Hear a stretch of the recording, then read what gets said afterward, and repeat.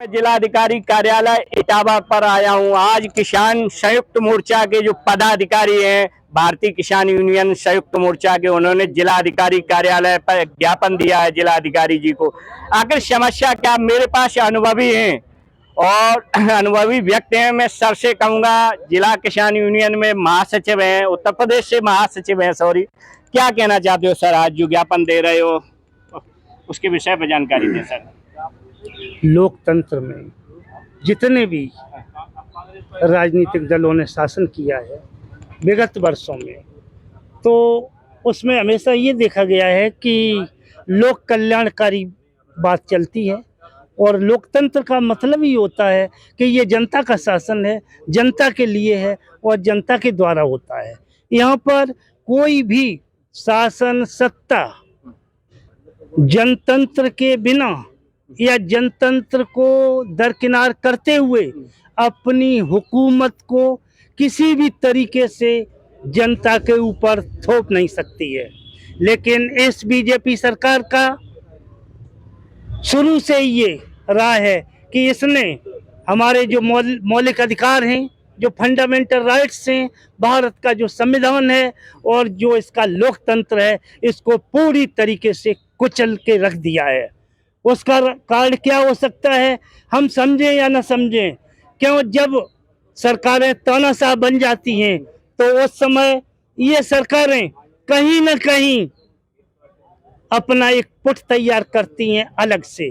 जैसे अगर ईवीएम को हटा दिया जाए इस देश से, किसी भी राजनीतिक दल की ये हिमायत नहीं हो सकी अभी तक कि इसको हटा दिया जाए। क्यों? क्योंकि ये शासन एक सत्ता के हाथ में है। अच्छा सर, एक क्वेश्चन है, जैसे ईवीएम की समस्या है, जैसे USA, United state of America, सबसे पहले अमेरिका, जापान वगैरह बेस्ट कंट्रियां ईवीएम को लेके आई थी और सबसे पहले उन्हीं लोगों ने मतलब ईवीएम को हटा दिया है। मैंने सुना है, पेपर के माध्यम से जानकारी मुझे प्राप्त हुई है। आखिर अपने इंडिया में क्यों नहीं? जो लेके आए थे वो हटा चुके ईवीएम को, क्यों नहीं बैलेट पेपर से मतदान होता? इसके विषय में क्या कहोगे सर? ऐसा है कि ईवीएम की जो स्थापना है वो सर्वप्रथम स्वीडन देश से चालू की गई थी। स्वीडन भी एक लोकतांत्रिक देश है और इसने इसकी स्टार्टिंग की। लेकिन जब इसमें घपले होने लगे, लोगों को सही माने में वोट का जो मताधिकार है उससे वंचित किया गया, तो स्वीडन ने इस प्रणाली को खत्म कर दिया। इसके बाद ये प्रणाली Belgium, Nigeria, England, America, Sweden, Switzerland इत्यादि देशों में भी स्थापित हुई है, लेकिन सारे लोगों ने इस पर बैन लगा दिया है। अच्छा सर, टीएन सेशन अगर भारत के चुनाव आयुक्त होते तो शायद है ये आज जो ईवीएम प्रणाली है ये देश से खत्म हो जाती। क्या कहना चाहते हो? देखो, टीएन सेशन की बात है तो टीएन सेशन वाकई में हिंदुस्तान मुल्क का सर्वप्रथम वो मुख्य चुनाव आयुक्त थे जिन्होंने सत्तासीन पार्टी को भी हिला दिया था और दिखा दिया था कि लोकतंत्र की जो मर्यादाएं हैं उन मर्यादाओं में शासन सत्ता रह करके जो निर्वाचन प्रणाली है अपने आनुपातिक प्रतिनिधित्व प्रणाली से जो है एकल संख्यमणीय पद्धति है, उसके तहत लोगों की भागीदारी होगी। ये चीज उन्होंने दिखा दी थी।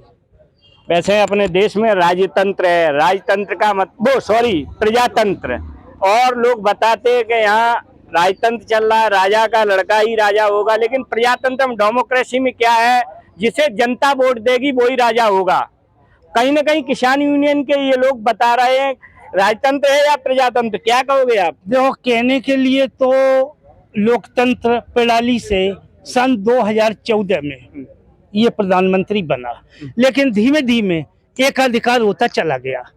एकाधिकार का तात्पर्य है कि इन्होंने कार्यपालिका, व्यवस्थापिका, न्यायपालिका, सर्वोच्च न्यायालय, ED, CD, high court, supreme court, कहने का तात्पर्य चुनाव आयोग किसी को भी नहीं बख्शा है जिसको अपने हाथ में न ले लिया हो। यही कारण है कि जब सारी शासन सत्ता किसी एक व्यक्ति विशेष के हाथ में आ जाती है तो वो तानाशाह बन जाता है। अच्छा सर, देश की जनता ने वोट दिया है, माननीय प्रधानमंत्री इस टाइम देश की गद्दी पर हैं प्रधानमंत्री, तो देश की जनता ने वोट दिया है तब पहुंचे हैं, क्या कहना चाहते हो सर?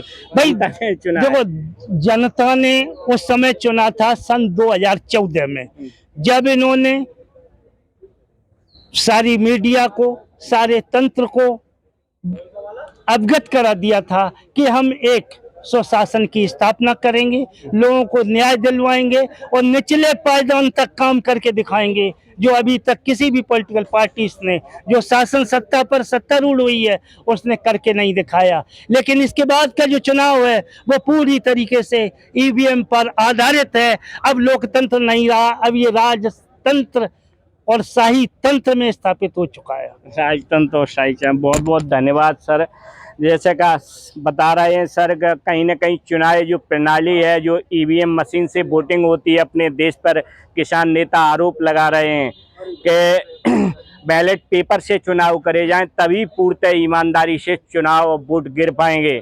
ये टीएन शेषन की भी बात रही है कि देश में सबसे बढ़िया अगर अच्छे चुनाव आयुक्त हुए हैं तो टीएन शेषन, जिन्होंने पूरे देश में ईमानदारी से चुनाव करवाए थे। बहुत बहुत धन्यवाद किसान नेताओं का। इसी के हाँ, क्या कहोगे सर? वक्त आ चुका है जब सारे राजनीतिक दलों को जनता के हित में इकट्ठा होकर के एक मंच पर चुनाव लड़ने का, तभी ये लोकतंत्र सही माने में जीवित रह सकता है। अगर कोई राजनीतिक दल इतर हो रहा है और वो सहयोग नहीं कर रहा है, एक झंडे के नीचे नहीं आ रहा है, तो वो वास्तव में लोकतंत्र का, प्रजातंत्र का, इस देश के लोगों का, इस लोक कल्याणकारी हितों का सबसे बड़ा गद्दार साबित होगा और जनता उसे वोट की चोट दे करके सबक सिखाने का कार्य करेगी। बहुत बहुत धन्यवाद। मैं भारत सरकार और राज्य सरकार से कहूँगा कि किसान नेताओं की जो कह रहे हैं, जो मांगे हैं, उन पर विचार करना चाहिए। ये बहुत बड़ी सच्चाई है कि मेरे अपने देश में किसान, गरीब मजदूर बहुत परेशान है, क्योंकि इनके पास चाहे जो भी फसल हो, ये इतनी स्थिति खराब है कि ये अपने बच्चों की फीस नहीं चला पाते। सरकार को ध्यान देना होगा, जब ही हमारा देश आगे बढ़ेगा, जब गवर्नमेंट को सबको समान भाव से देखना चाहिए। बहुत बहुत धन्यवाद। इसी के साथ मैं कपिल यादव, MBM न्यूज़ 24, जिला अधिकारी कार्यालय इटावा, उत्तर प्रदेश।